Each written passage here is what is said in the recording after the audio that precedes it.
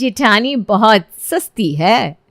कानपुर के कमला नगर में रहने वाली कांता और सुजाता दोनों सगी बहनें थीं। दोनों के ही दो दो बेटे थे। दोनों बहनों का घर आसपास में होने के कारण सदा से दोनों का एक दूसरे के घर खूब आना जाना रहा। धीरे धीरे समय बीता और दोनों बहनों के बच्चे सयाने हो गए। पहले कांता की बहू सुनैना शादी करके अपने ससुराल आई। शादी के बाद देखिए जी, कितना बढ़िया सामान लेकर आई है बहू। भाई, हमें तो बहू के यहाँ से आया सारा सामान बहुत ही पसंद आया। बेड, सोफा सेट, सब कुछ बहुत ही बढ़िया क्वालिटी का भेजा है।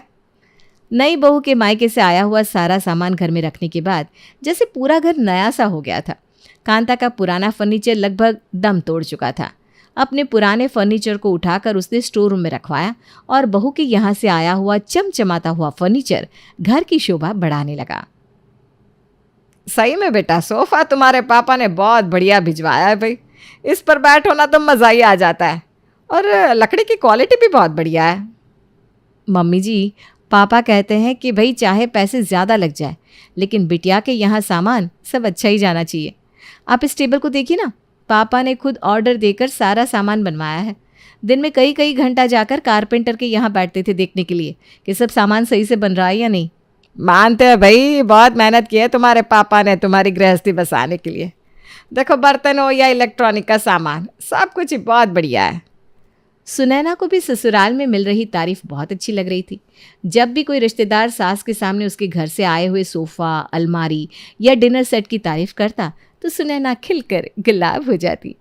कुछ समय बाद उसके देवर देवेश की भी शादी की उम्र हो जाती है और कांता उसके लिए भी कोई अच्छी घरेलू लड़की की तलाश में लग जाती है। देवेश के लिए हिमांशी नाम की एक लड़की कांता को पसंद आती है। अब क्योंकि छोटी बहू हिमांशी और सुनैना की शादी में 8-9 साल का लंबा अंतर था, इसलिए इन 8-9 साल में बाजार में बिकने वाले सामानों में भी अंतर आ चुका था। जब छोटी बहू हिमांशी का दहेज का सामान घर में लाया जाता है तो जैसे सबकी आंखें खुली की खुली रह जाती है। सब कुछ एकदम लेटेस्ट डिज़ाइन का था। इतना सुंदर और फैंसी दिखने वाला सामान तो अभी तक उन्होंने देखा ही नहीं था। शादी के कुछ दिन बाद, मम्मी जी अब आप ही देखो, कौन यूज़ करता है आजकल ऐसे लकड़ी वाले भारी भरकम सोफ़े, और ये सब ना गुजरे ज़माने के सस्ते आइटम है। इसका फैशन तो कितने साल पहले ही आउट हो गया। आजकल तो ये एल शेप वाले ब्यूटीफुल सोफ़ा का फैशन है। और देखो, मेरे पापा ने सबसे लेटेस्ट और एक्सक्लूसिव डिज़ाइन वाला सोफ़ा दिया है मुझे। ये लकड़ी वाला सोफ़ा रखने से ना ड्राइंग रूम एकदम चीप और ओल्ड फैशन नज़र आ रहा है। आप ऐसा करो ना, ये वाला सोफ़ा हटाकर मेरा वाला सोफ़ा ड्राइंग रूम में लगा दो।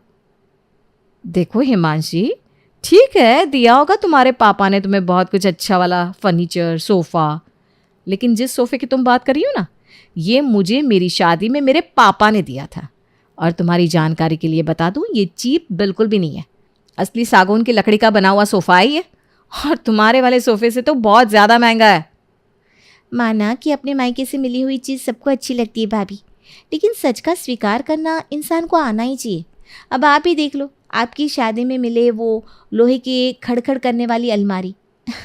अरे आपकी लोहे की अलमारी ऐसी है जिसको खोलने और बंद करने में भी इतनी तेज़ आवाज़ आती है कि पड़ोसियों को भी पता चल जाए कि आपने अलमारी खोली है। मेरे कमरे में आकर कभी मेरे कपबोर्ड को देखो, तब आपको पता चलेगा कि अलमारी किसे कहते हैं।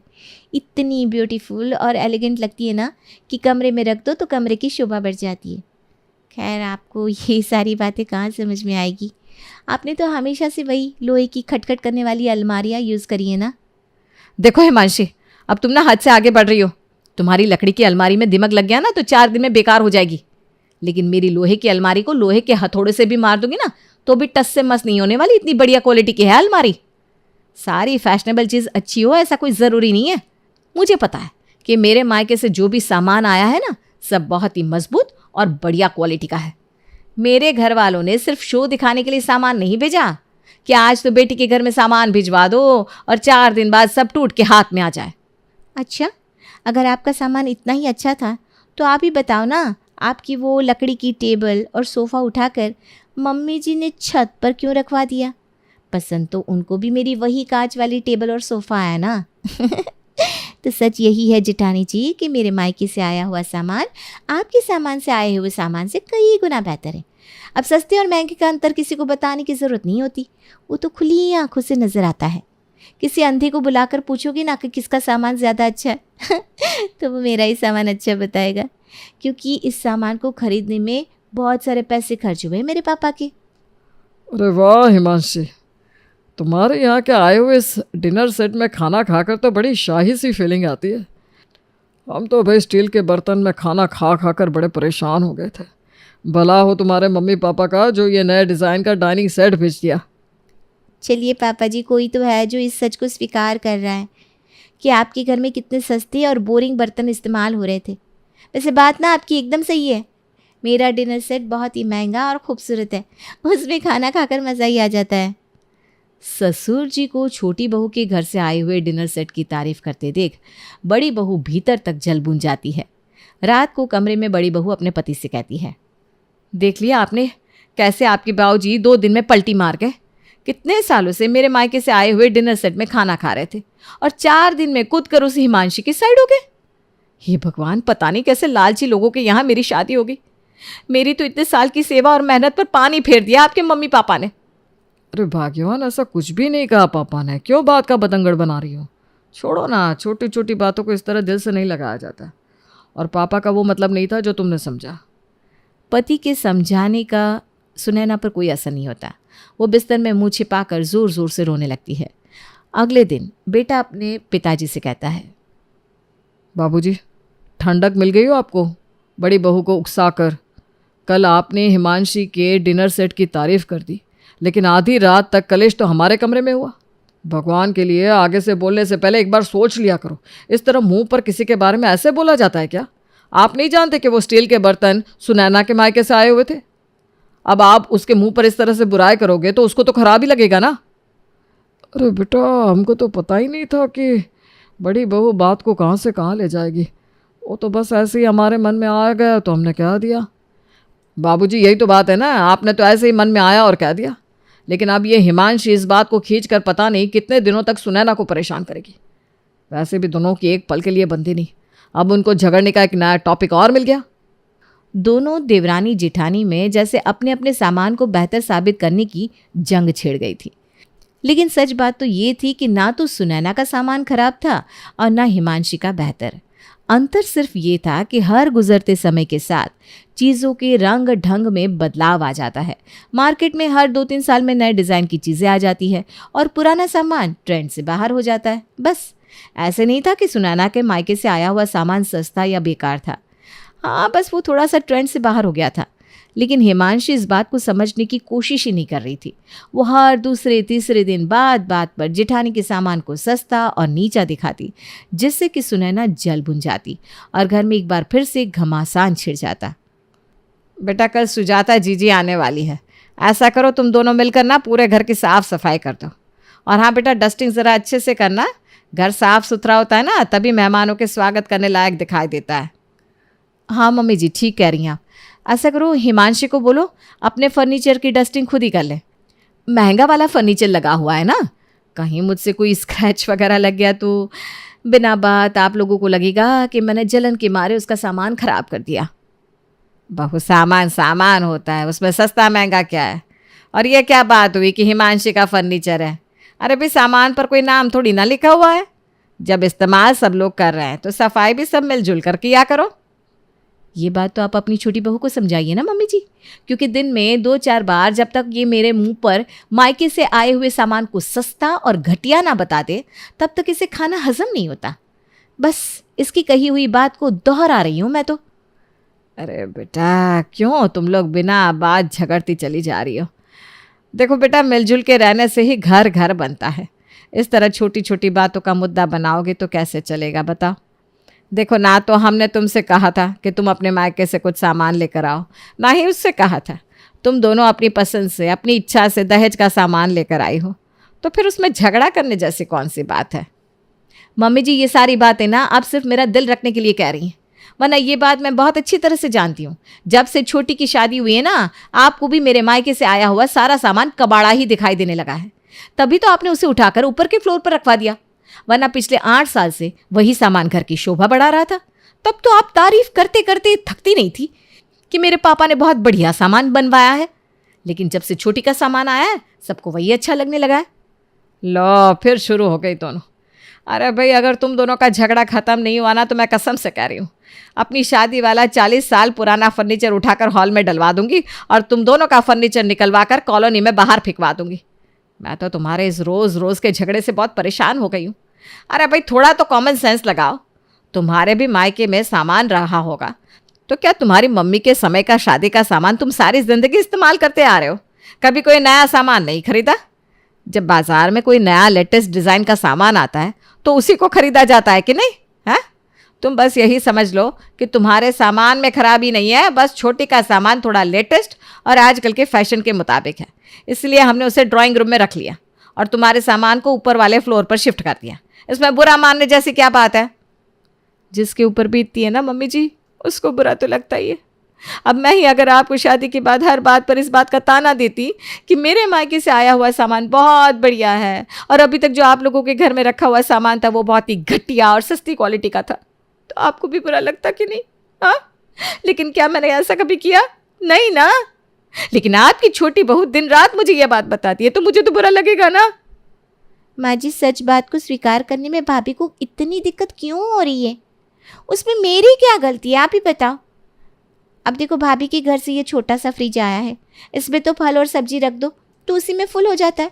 लेकिन मेरे यहाँ से आए हुए फ्रिज को देख लो, चाहे जितना सामान रख लो, लेकिन मजा ले जो फ्रिज में जगह कम पड़ जाए। सब पैसे का ही तो खेल है ना। मेरा फ्रिज 80,000 का है, इसलिए इतना अच्छा है। तो अब अगर अपने महंगे सामान को मैं महंगा कह देती हूँ तो इसमें जिठानी जी को बुरा नहीं मानना चाहिए। और मैं कोई झूठ तो नहीं बोल रही। अब मेरी शादी में मिली साड़ियों को देख लीजिए और भाभी की शादी में आई हुई साड़ियों को देख लीजिए, ज़मीन आसमान का अंतर है दोनों में। इनकी शादी में आई हुई साड़ियों को ना अब कोई बर्तन मांजने वाली भी नहीं पहनेगी, सच कह रही हूँ। हाँ, पर सच बोल दो तो सबको बुरा लग जाता है। देखो हिमांशी, तुम हद से आगे बढ़ रही हो। कौन से बर्तन मांजने वाली 6-8 हज़ार की साड़ी पहनती है? मेरी शादी में जो साड़ियाँ लेकर आई थी ना, उसमें से कोई भी साड़ी सस्ती भी नहीं है और कोई भी घटिया नहीं है। दोनों बहुओं को झगड़ते देख सास कांता ने एक बार फिर से अपना सर पकड़ लिया था। इसी तरह बात बात पर लड़ते झगड़ते बहस करते छोटी बहू की शादी को भी 2 साल बीत जाते हैं, लेकिन उनके झगड़े का कोई अंत नहीं होता।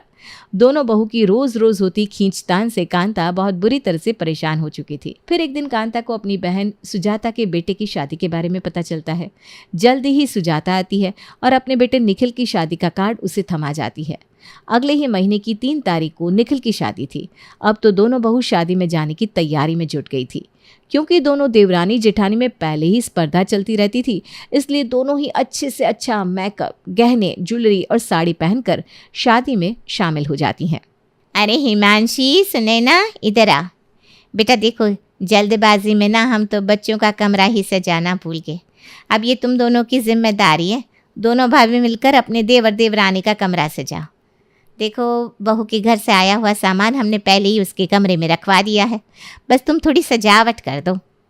मौसी जी की बात सुनकर दोनों बहुएं आने वाली देवरानी के कमरे में पहुंचती है तो उनकी आंखें खुली की खुली रह जाती है। देवरानी ईशा का सामान तो और भी लेटेस्ट स्टाइल का था। उसके सामान के आगे तो अब हिमांशी के मायके से आया हुआ सामान भी सस्ता और पुराना नजर आ रहा था। अब सुनैना ने ये सब देखा तो जैसे उसके हाथ तो अवसर लग गया। कब से सुनैना इसी मौके के इंतजार में तो बैठी हुई थी। हिमांशी, कितना सुंदर बेड है ना ईशा का। और अभी देखो तो, इसको तो खोलने की भी जरूरत नहीं है। ड्रॉर्स लगे हुए हैं और गद्दा देखो पूरे 12 इंच का। वाह भाई वाह, मजा आ गया। सेंट्रलाइज्ड एसी, बेड के साथ रखे साइड टेबल, स्टाइलिश लैम्प। अरे देखो तो इसका कबर्ड भी कितना स्टाइलिश है। नहीं भाभी, आप ये सब मुझे जलाने के लिए कह रही हो ना? अरे भाई, मैं तुझे जलाने के लिए क्यों कहूँगी? ईशा मेरी कोई रिश्तेदार थोड़ी ना लगती है कि मैं उसके सामान की तारीफ करूँगी तो उसमें मेरा कोई फ़ायदा हो जाएगा। मैं तो वो कह रही हूँ जो सच है। मैंने तो सुना है इसके यहाँ से जो डाइनिंग टेबल आया है ना, वो भी बहुत स्टाइलिश और सुंदर है। अरे बहू, क्या हुआ? तुम दोनों ने अभी तक काम शुरू नहीं किया और ये छोटी बहू क्यों मुँह लटका कर खड़ी है? कुछ नहीं मौसी जी, इससे ना बड़ा घमंड था। इसके पापा ने बहुत महंगा और बढ़िया सामान इसकी शादी में भिजवाया है। बस ईशा का सामान देखकर इसके चेहरे पर 12 बज गए। इसे समझ में आ गया होगा कि दुनिया में हर शेर को 1.25 शेर मिल ही जाता है।